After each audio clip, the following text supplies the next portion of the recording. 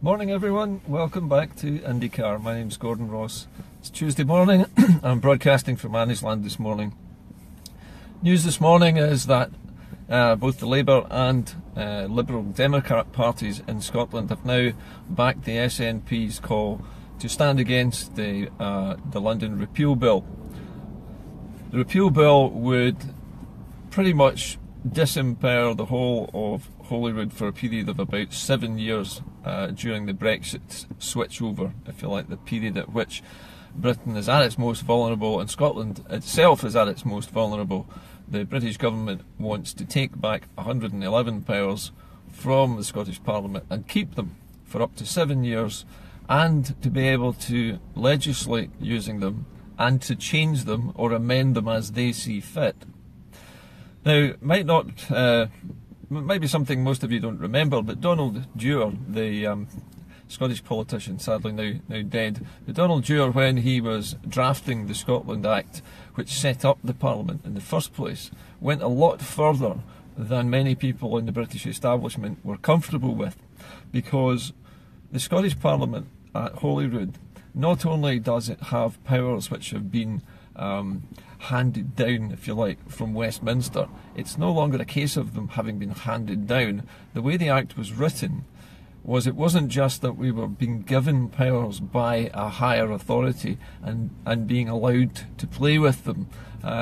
We were actually being given powers by the so-called higher authority at Westminster, and not only being allowed to use them, but being allowed to wield them properly as powers. In other words, to use them as they were intended, without any interference from Westminster whatsoever on devolved matters. It was written in such a way that Westminster could not interfere in the way the Scottish Parliament used the powers it was given. Now, that's an important distinction.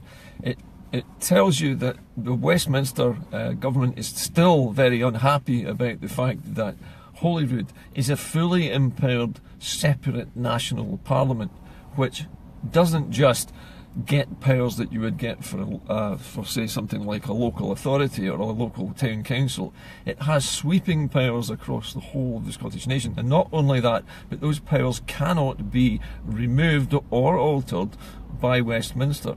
It's a permanence built into the Scotland Act, which I think, when the Labour Party originally designed it, they had thought that the Parliament would be permanent, but it would be a permanent method of keeping us away from independence. Now, we all know that that's backfired rather spectacularly, but the point is, they're now in a position where they're forced to defend the Scotland Act, which they wrote, preserving the rights of Holyrood in total from any power grab from London. In other words, the whole Scotland Act is at stake because of Theresa May and Brexit, and the fact that they want to take powers from Scotland which should be devolved, and by rights normally would be devolved.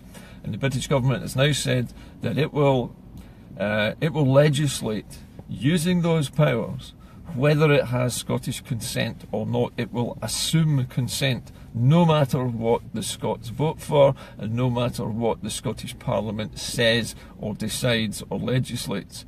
Now, that's a clear breach of the Scotland Act. Yet another reason why we need to have a second independence referendum, because not only have they breached the Acts of Union dozens of times, they've now actually destroyed the Scotland Act as well, which had settled devolution as a permanent part of the British political system.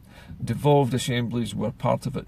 The British government thinks that Brexit gives them the excuse they need to destroy devolution across the United Kingdom, and to turn the Scottish Parliament, the Welsh Assembly and the Northern Irish Assembly into local talking shops, the equivalent of local authority town councils. That's not going to happen, but it's interesting now that both the Labour Party and the Liberal Democrats in Scotland have now sided with the SNP to defend Holyrood from the power grab. Now, I also think, and I'm not sure if you agree with me, but I also think that the Hoop event, the Hands Off Our Parliament demonstration that was staged recently, had a big effect on the MSPs sitting in that building. They were very much aware of the thousands of people outside with their saltire flags, with their 100 shields, with their hands around that Parliament. They were very much aware of the fact that people felt strongly that that Parliament must be defended and must be maintained against all power grabs. So the interesting thing is that the only politician now who is out of step, out of touch, and completely left out of everything that's going on at Holyrood is now Ruth Davidson. She's completely marginalised. She is in a minority of one. She is the only person in that Parliament who doesn't think that that Parliament should exist. Now that's the weirdness of the Tory position. Ruth Davidson is the turkey who's voting for Christmas. She gets, I can't remember, I think it's about 64,000, somebody can correct me on the salary that an MSP gets, but it's over £60,000 a year to sit in a Parliament that she thinks should be abolished, that she wants abolished. She wants her employer put out of business so that David Mundell can run the country from an office in a different part of Edinburgh. That's not going to happen. But what's interesting now is that the only party which opposes devolution is the Tory party. And it always did oppose devolution, and I think it probably always will. So we now have the interesting position of the SNP defending devolution, which originally it was against because they felt that it would stop independence. It proved them wrong. But now we also have the Labour Party, which thought that the Holyrood Parliament would prevent independence, having to defend it as well. It's a fascinating bit of karma coming back to bite the Labour Party, and also the Lib Dems to some extent, although the Liberal Democrats are largely irrelevant apart from one or two places in Scotland. So we live in interesting times. As a final little aside this morning, I wanted to let you know that various people have been sending me articles and information about blockchain systems. This is the electronic voting system that I've been banging on about for a long time. However, it's become evident now that Canada is considering employing the blockchain system for all of their democratic and government processes as well. And the blockchain system is gaining traction all over the world now as the potential silver bullet, the thing that makes democracy much better. It means turnout is better. People are much more engaged if they know they can vote instantly anywhere in the country. Even abroad, you could vote on your mobile phone using blockchain. The possibilities for democracy are endless. The blockchain system brings democracy into the digital age, and it brings it into the cyber age. It catches up with the technology of mobile phones, laptops, tablets, and all the rest of the smaller devices, which a few years ago it would have been impossible to do this with. We now have the possibility of being able to vote using mobile phones, and that is going to open up democracy to everybody, no matter where they are. If they're lying in a hospital bed, if they're on an aeroplane, or if they're on the other side of the world, if they're 16 or 17 year olds, they will understand it instantly. And the great thing about it is that accurate information can be put out to mobile phone users so they can make better choices as well. We all know, because we use these forums, we use Facebook and Snapchat and Instagram and Twitter, we use these social media platforms all the time. And so we know the power that they have, but a lot of people are unaware of it. But the point is that these digital technologies, these handheld devices, have democratized life to a huge extent. People power is greater now than it has ever been, and the politicians fear this populism. They call it populism. I call it people power, democracy in action. When people in their millions can react instantaneously online to anything a politician does, there has never been more scrutiny available and more information available to voters. Nobody can say, well, I didn't know that. The only reason people don't know things in the UK is because the media, and I mean the mainstream media in the UK, doesn't tell them everything, and it deliberately keeps stories from them. Social media doesn't do that. There are no filters, or very few filters, on the internet. You can get information on any subject, on anything at all, and get a wide range of articles, opinions, surveys, looking at things from other countries' points of view. To see yourself through the eyes of other people's media and other people's news feeds is an eye-opener. Anyway, I've talked long enough, but blockchain is beginning to get more and more popular. People are beginning to look at it now seriously. We've now got 2 countries in the world using it for their democracy. We've got Slovenia, and I think we had a South American country, I can't remember the name of it. Somebody will correct me on that as well, I'm sure.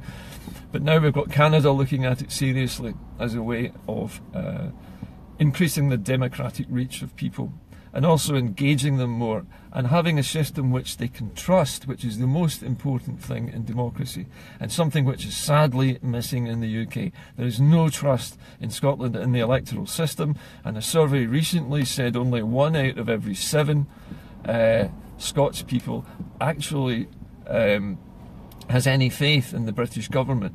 So trust is at an all-time low. 1 in 7 Scots are the only people who actually trust the British government. So 6 out of 7 people don't trust the British government in Scotland. Now that's a very, very telling figure.